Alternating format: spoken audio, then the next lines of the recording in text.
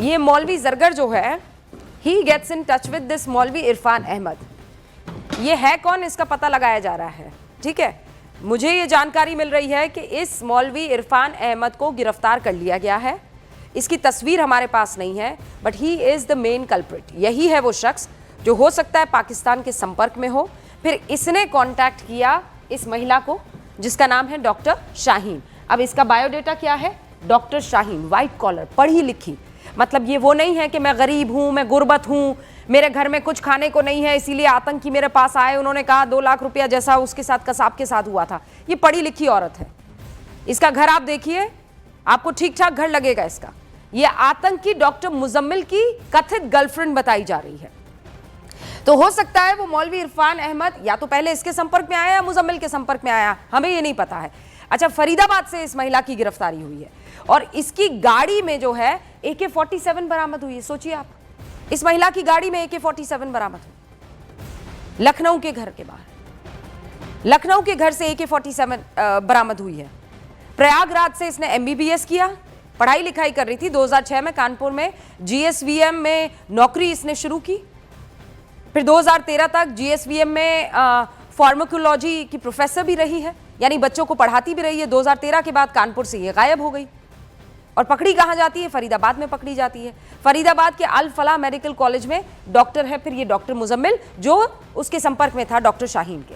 अब ये डॉक्टर मुजम्मिल कौन है, ये फरीदाबाद के अल फलाह में कार्यरत था। 360 kg संदिग्ध विस्फोट जो है, विस्फोटक, इसके यहां से बरामद होते हैं।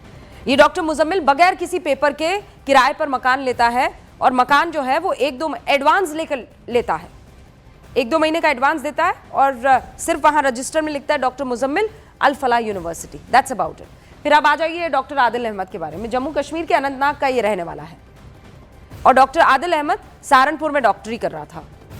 ये भी आप नेटवर्क आप देख लीजिए, पैन इंडिया है। आतंकी संगठन जैश ए मोहम्मद के साथ इसके संबंध है, ये उनके टच में था लगातार। नौगाम में ये जो मौलवी इरफान अहमद है ना, इसके साथ भी इसका कनेक्शन है, लगातार संपर्क में था। ये अनंतनाग अस्पताल के लॉकर से इसका जो जहां पर ये काम कर रहा था, लॉकर से AK-56 बरामद होती है।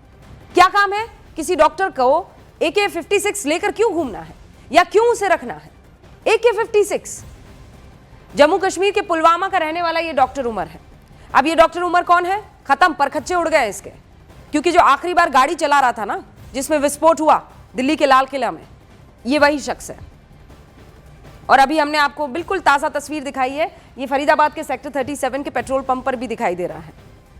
और डॉक्टर उमर के भाभी जो है वो वहाँ पर कश्मीर में रहती है, पुलवामा में, और वहाँ पर पूछा गया तो कहा कि भैया ये तो बात ही नहीं करता था, अभी अभी इसकी सगाई हुई थी, हमसे तो केवल चाय मांगता था, नजरें नीची रखता था। लेकिन इसका इंटेंट क्या था, इंटेंट क्या था, पूरे देश को तबाह करने का इंटेंट था इसका। अनपढ़ जाहिल गवार नहीं है ये डॉक्टर है, MBBS कर रखा है। धमाके वाली रात को यही डॉक्टर उमर था जो गाड़ी चला रहा था, 3 घंटे तक गाड़ी में बैठा रहा और जानकारी यह मिल रही है कि ये किसी विदेशी हैंडलर से संपर्क में था, बातचीत कर रहा था किसी विदेशी हैंडलर से। और इसको जब कॉल आया तब गया ये गाड़ी लेकर और पैनिक में अटैक हो गया। अटैक मतलब समझ रहे हैं आप, पैनिक में ब्लास्ट हो गया है, इसको हो सकता है कहीं ले जाना हो। तो ये है ये मौलवी की डी कंपनी, सारे के सारे पढ़े लिखे